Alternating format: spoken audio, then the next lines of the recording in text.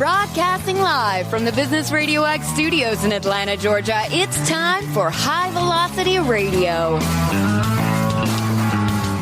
Lee Cantor here, another episode of High Velocity Radio, and this is going to be a good one. Today on the show, we have Larry Gaynor, and he is CEO and founder of TNG Worldwide and author of the new book, Take a Chance, 101 Entrepreneurial Lessons for Making It Big. Welcome, Larry. Thank you. Welcome. And thank you for inviting me. I am so excited to learn what you're up to. Before we dig into the book, tell us a little bit about TNG Worldwide. How are you serving folks? Well, it's a long story. That's what I wrote my book about. But currently, we are a manufacturer of personal care and beauty products. I manufacture over 1,000 products, and they're primarily sold on Amazon.com. So what's the backstory? Were you always involved in the beauty industry? I was involved in the beauty industry since I was 12 years old. I started my grandfather's hardware store in Detroit. And in the late 60s, I don't know how old you are, but I'm really, really old. Do you remember the show, The Mod Squad? Sure. You do? Absolutely. What was the guy's name? Link? Yes, Link. You're showing your age. Okay, so what kind of hairstyle did he have? Well, somebody had an afro. And he had the afro. That's it. So, back in the 60s, all the black guys were wearing afros. And all our customers were black. And they're walking into the hardware store with their afros. And all our employees had afros. And I asked them, how do you take care of those afros? And they said, you got to use the shine spray. So there was 3 manufacturers of shine sprays. And I contacted all 3 manufacturers to come into the store because I wanted to buy direct. They all came in. They said, this is a hardware store. Why are you selling hair shine spray? Well, you can see all our customers are black and they're wearing afros. So they agreed to open me up. And after we opened up, we became the single biggest retailer in Michigan for black hair care. Out of the hardware store? Out of the hardware store. So that's how I got into beauty when I was 16. From the hardware store, my father and I did not get along in business because, I was into cosmetics. I introduced, lipstick in the hardware store. He almost had a heart attack and killed me. That was one of those times when we had to open up a second store. So I opened up a discount health and beauty aid store in the suburbs, which was called Gaynors. And from there, I opened the current company inside that store based on demand for manicurists for professional nail supplies. And then TNG started in 1985 as a wholesale distributor of beauty products to manicurists. So the story evolves, over the years. Now, were you ever a creator of products or always a reseller of products? Well, that's a great question. So as a distributor, you're reselling someone else's brand. And over the years, we got cut off so many times from our manufacturers. I was forced to create my own brands. So over time, 30-40% of our business was our own brands and 60% was distributor brands. And then came 2020. And was that good? I mean, was the pandemic good for you because or bad because people weren't kind of showing off how they look, so maybe they were staying in so they didn't need cosmetics as much? So the pandemic was the biggest turning point for the company, my biggest pivot, because as we were manufacturing PPE before the pandemic. So we were manufacturing nitrile gloves and hand sanitizer and disinfectant and face masks. And when the pandemic came, all the businesses got shut down that were essential. All our competitors got shut down because they weren't essential. We were the only really business that was open. And the demand for PPE, as you know, went through the roof. And all of a sudden, we're selling to funeral homes and nursing homes and doctors and nurses and makeshift hospitals are opening up, but they can't find PPE. And they're calling us for PPE and we're supplying them. And I had to make a decision to focus 100% on manufacturing or keep the distribution business. And I decided to get rid of all the distribution business in March of 2020. It was like over 50% of our business. And it was a huge decision. And then we just manufactured more and more PPE during the pandemic. I even chartered a FedEx jet in China to bring 7 containers over of face masks and gloves because our customers needed so many face masks and gloves just to help keep up with the demand. But then after 2 years, then what did you do at that point? Well, actually, it wasn't 2 years. The country opened in June of 2020. We were still manufacturing PPE. Everyone started to try to get into the PPE business, and they shouldn't have. But because of the pandemic and because we were manufacturing PPE and because we were open, our products on Amazon took off exponentially. We started selling on Amazon in 2013. We were one of the first beauty companies to sell on Amazon. And because of that, our business on Amazon grew and grew. And today, over 95% of our business is Amazon.com. So was that just kind of being in the right place at the right time, or have you done something to kind of crack the code on how to be successful on Amazon? It's a little bit of both. As I said, we've been selling our products on Amazon for more than 10 years, 12 years. We have more best-selling beauty products than any other manufacturer on Amazon. And because of the pandemic and because of the demand for our products, the brands Ginger Lake Farms and For Professional Collection continues to grow and grow. And today they're just both mega hits on Amazon. And I think it's all because of the pandemic. And because we no longer focus on distributing other people's brands, and we focus on our own brands instead. Which in the book, I tell my readers, if you have your choice between being a retailer, a distributor, or a manufacturer, and you're into products, definitely be a manufacturer. So, does the knowledge transfer? Like if I have a product and I go, hey, Larry, I got a product I want to put on Amazon. Like, would your learnings help accelerate my growth? Or is this something that because you are in an industry, you already have kind of been there for a decade plus, so you already have kind of a brand, so then you're going to be successful in your brand, but it wouldn't necessarily transfer to my brand or what I'm doing in Amazon, or the techniques and tactics similar? That's a great question. And the truth is, you can launch your brand tomorrow and it could be successful. Yeah, I had a head start, but there's millions and millions and millions of resellers on Amazon and tens of millions of products on Amazon. But if you come up with a good product, a good value proposition, a competitive edge, you could be highly successful.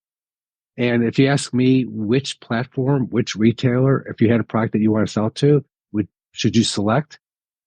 100%, I would say Amazon first, second, and third. The fourth one I would recommend would be Walmart.com. But there's still 5 to 10 years behind Amazon when it comes to what Amazon can do for resellers.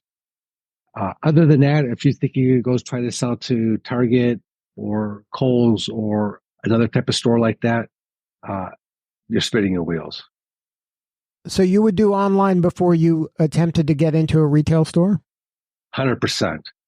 Not only would I do online first, but we have our own website. And at one point, we had over 100,000 customers. Our customers don't even want to buy direct from us anymore. They want to buy our products at Amazon because they're all Prime shoppers. With Amazon, as you know, I mean, you're an Amazon shopper, right? Sure. Of course, we all are. There's 170 million Prime shoppers in the U.S. alone. And they're all Prime shoppers because they want their products same day or next day. With us, if we ship FedEx or UPS, they get their products in 2 days to a week. But with Amazon, they can order everything they get and they can get it same day or next day. So yeah, I mean, we don't even need our website anymore. Right. But what about the trade-off that you don't really have access to those customers? Like you can't go to Mary and say, hey, Mary, I got this new special, or hey, Mary, sign up for my club where I'll send you something every month. 100%. We had the best loyalty program in the professional beauty industry for more than 20 years, giving away millions and millions of dollars worth of rewards. Mary doesn't care about a reward program anymore. Mary doesn't care about our email blast anymore. Mary doesn't care about our education. Mary doesn't care about our trade shows. And Mary doesn't care about dealing with our sales reps. All Mary wants to do is go on her computer, her smartphone, her device, and order the products that she wants and get them the next day. So that's the way the world has changed. Well, that's a big shift because, I mean, a lot of businesses, are thinking in a kind of a counterintuitive way. But you're saying, or what I'm hearing you say, is that convenience kind of trumps everything. And Amazon has the most convenient way to buy something online. That's why Amazon, for the first time ever, is overtaking Walmart as the largest retailer in the world. When Jeff started his company, it almost went broke during the dot-com crash. He was a bookseller. Nobody thought that he would get close to catching Walmart. Nobody would get close to catching Walmart in business. Walmart's going to do over $600 billion a year in sales, and Amazon's going to overtake that. It's a phenomenal something that it's like the solar eclipse yesterday. It's like something that you rarely can envision happening, and it happening. And not only that, Amazon has momentum because of AI. And AI, you could take the smartphone, the PC, and the internet. Those three amazing technological innovations combined won't be as great as AI is going to be in the next 5 to 10 years. And Amazon is at the forefront of that as well. So now, how, as an entrepreneur, do you plug into this Amazon behemoth in order to maximize your chances of success? Because the stuff you're saying that isn't important, in terms of email list and membership and things like that, Amazon is doing all of those things. They have my email information. They contact me constantly. They have a membership that I'm a member of. I'm a Prime member, so I get access to like movies and things like that. So they're trying to add more value to my membership. I get special delivery privileges and access to certain things. So how, as an entrepreneur, do I use Amazon to further my needs, but still have some control over the outcome if Amazon decides to change the rules, which a lot of these third-party platforms change the rules when it's convenient for them? Well, let me ask you, Lee, about the rules. I mean, the politicians change the rules. The Starbucks changes the rules when, to their loyalty program. McDonald's changes the rules. That's part of the game. Amazon has no requirements for selling your products. So as a entrepreneur, you can go on Amazon today and start selling your products tomorrow. There isn't a single retailer that you can do that with. If you want to get into a retailer, you have to deal with a rep group. You have to deal with the buyer. Then you have to deal with all the rules and regulations. And if the product doesn't sell, the markdowns and the returns, they don't pay you for 90 to 120 days. Amazon pays you in 30 days. Amazon rules are straight and clear. And if you play their game and you understand their game, which is the best game, you can succeed. You can take a chance and you can win. But you have to have a product that resonates with consumer. And what's great about the Amazon story and the website and the millions of products is you can search and analyze every category, every product, every algorithm that you need to figure out which attribute you need to succeed to introduce and launch your product. So is that part of your process when you launch a new product? 100%. I launch between 50 and 100 products a year. So what is your process? What are what's the first 3 steps you're doing when you launch a new product? Okay, so let's take Ginger Lily Farms. Good question. We have the number one selling products for hospitality Airbnbs, gallons of shampoo, conditioner, body wash, hand lotion, dish soap, and so forth. And now we want to launch a new product. So it could be a fragrance-free product because dermatologists recommend fragrance-free products to their patients who are allergic or eczema or psoriasis or whatever it is. And they recommend Ceraphil. They recommend these high-cost products. Well, you go on Amazon and you look for fragrance-free products and you see that they're very expensive. And I said, well, okay, so how do I launch a new product that consumers want? Well, I know that they want fragrance-free products, but they also want a value. So I introduced Zeroderm, which is a dermatologist recommended fragrance-free natural care line of personal care products. And it's one of our best-selling products. Now we have 4 amazing fragrances. We want to introduce another new amazing fragrance. So what do? Well, I go to Amazon. I look at retail sizes of personal care products, and I see which brands are selling the best-selling fragrances, what the fragrances are that they're selling. I also go to Bath & Body Works. I also go to The Body Shop. I also go to Lush. I look at what their new fragrances are, what their best-selling fragrances are. And then I say, oh, well, you know what? I'm going to add one of those fragrances to my line. And that's what I do. So you do your research with the best of the competition, steal the best ideas and apply it to your product. And that's what they do. But then how do you stand out kind of in a sea of things that look similar? So the secret, well, there's many secrets in my book that I share, but I think the biggest secret for your listeners is to develop a niche category and dominate it. So let's say, I started in the professional beauty business with nails. Well, the professional beauty industry includes hair care, spa, nails, massage, facials. But the manicure part of the business is only 2%. So it's a very, very small niche business. But when you're the leader in a niche business, you make a lot of money and you could be much more successful than being a small guy in a big business. So look for the niche category and try to dominate it. That's my secret for your listeners. So that's where you would start, is find a niche that is attractive, that there aren't a lot of players in it, and then you go in there with something innovative and then try to dominate it to the best of your ability. 100%. And, all you need is a fragrance or no fragrance, a specific size that no one is offering. You need to offer a value proposition that consumers are looking for. And the thing about Amazon, if you search their algorithms, you learn so much information from them. And I search it every day. And the more you search, the more you learn, the more ideas you get for a product. And of course, I'm in the product business. When launching my book, I did a big interview, extensive research program looking at Inc. 500 companies, Inc. 5,000 companies. 85% of those companies are tech. Very few percentage of those companies, 2%, 3%, actually manufacture products. So, your listeners might be into tech offerings, apps, and things like that, AI, and not so much into products. But Amazon, of course, is a product company. And that's really my focus with entrepreneurs, is those entrepreneurs that are launching products and how they can be successful. And that's what I wrote the book for.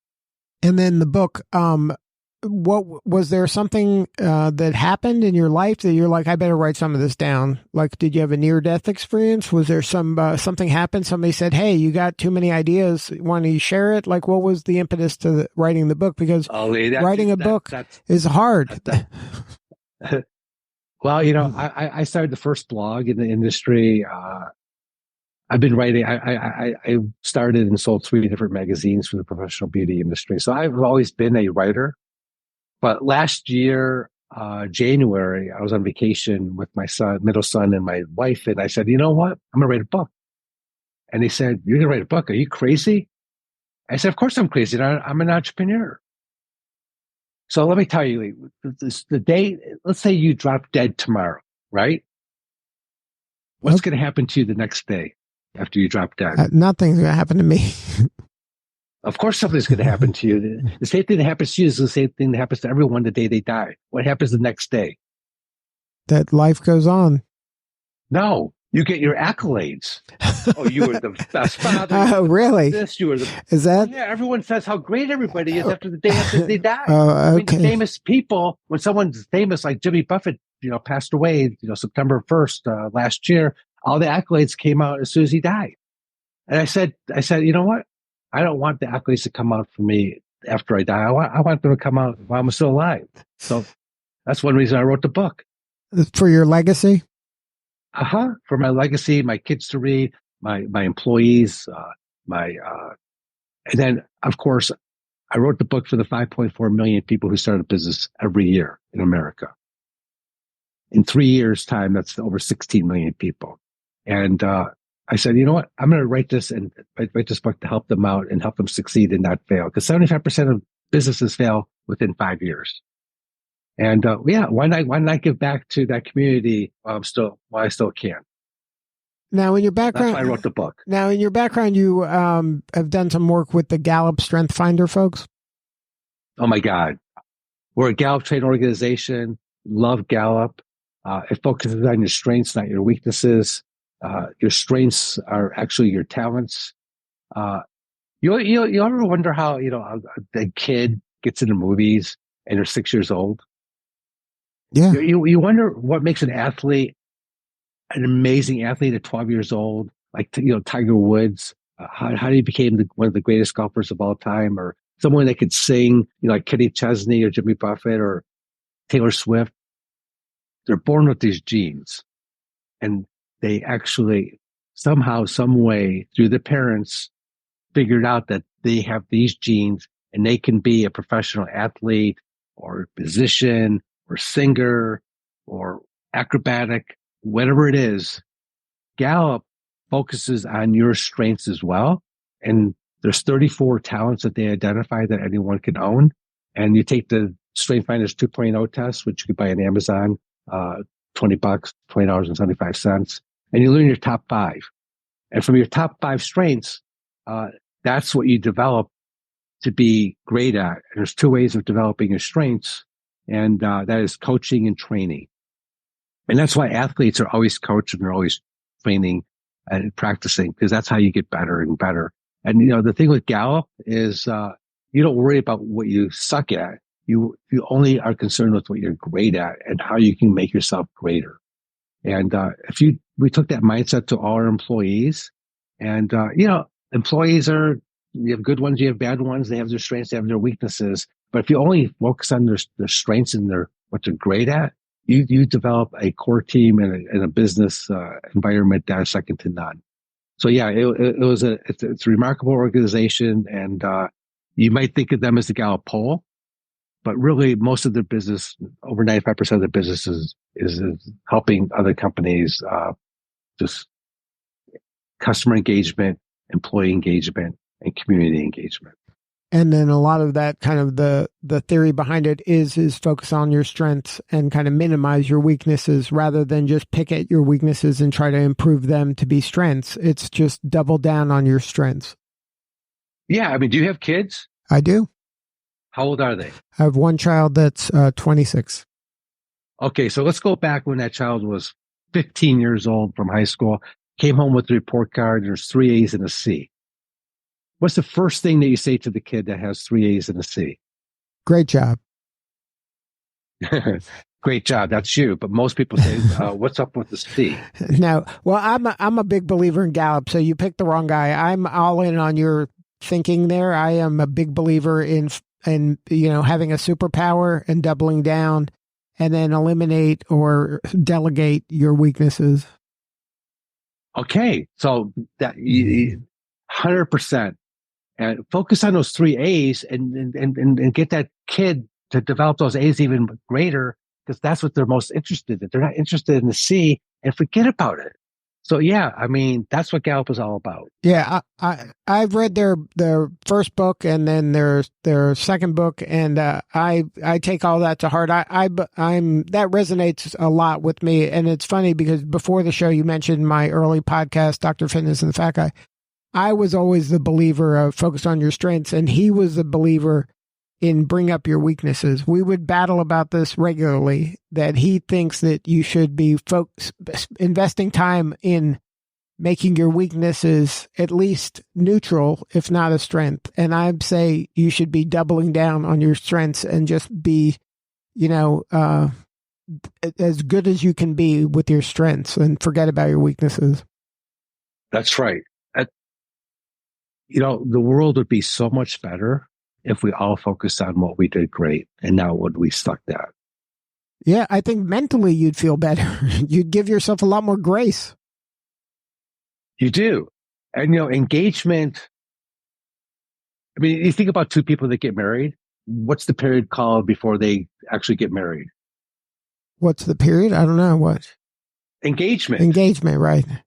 They're engaged. Right. I mean, that's like the best time of someone's life is when they're engaged before they get married. 50% of the marriages end up in divorce, but engagement is the most fun, the best time of someone's life when 2 people are engaged, and whatever that time period is. They don't get married during the engagement if they break off the engagement, but the engagement it's just like you said, it's just the greatest feeling that you can own.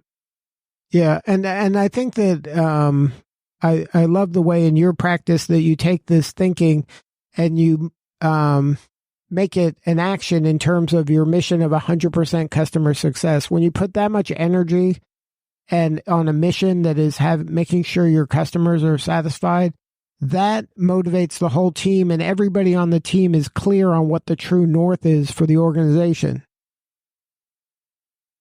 Did you write are you my co-author? Did you write the book too? Did you think exactly like I do? But yeah, you're right. I mean, that's it. And, we haven't hired a single employee since 2019. Our average tenure at the company is now 19 years. People just get it. They love what they do.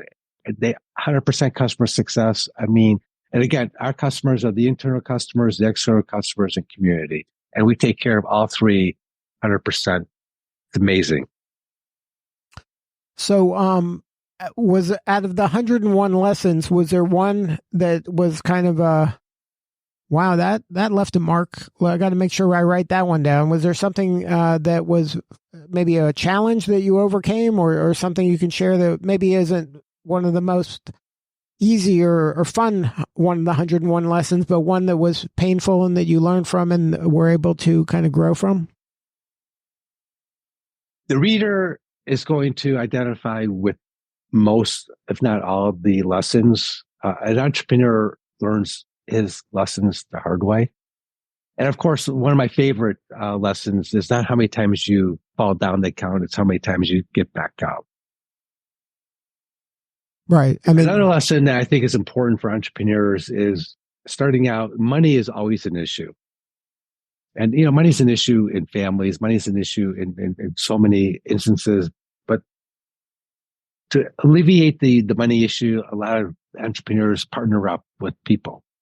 And partners is a terrible way of starting a business because you have the passion, you have the idea, you have the gut instinct. Your partners don't have the same passion, the same gut instinct that you do, but they have money.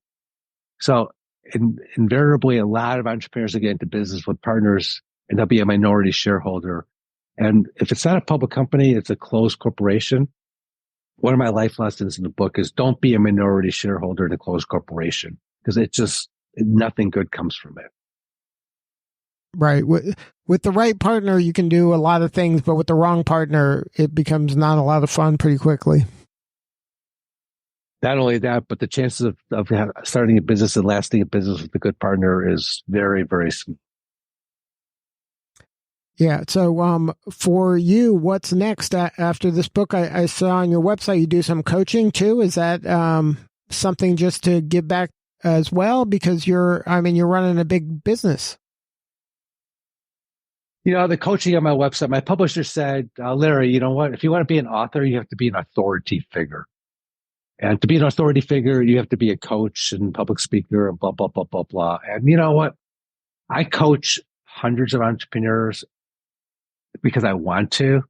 I haven't charged for my coaching services. That's not my gig.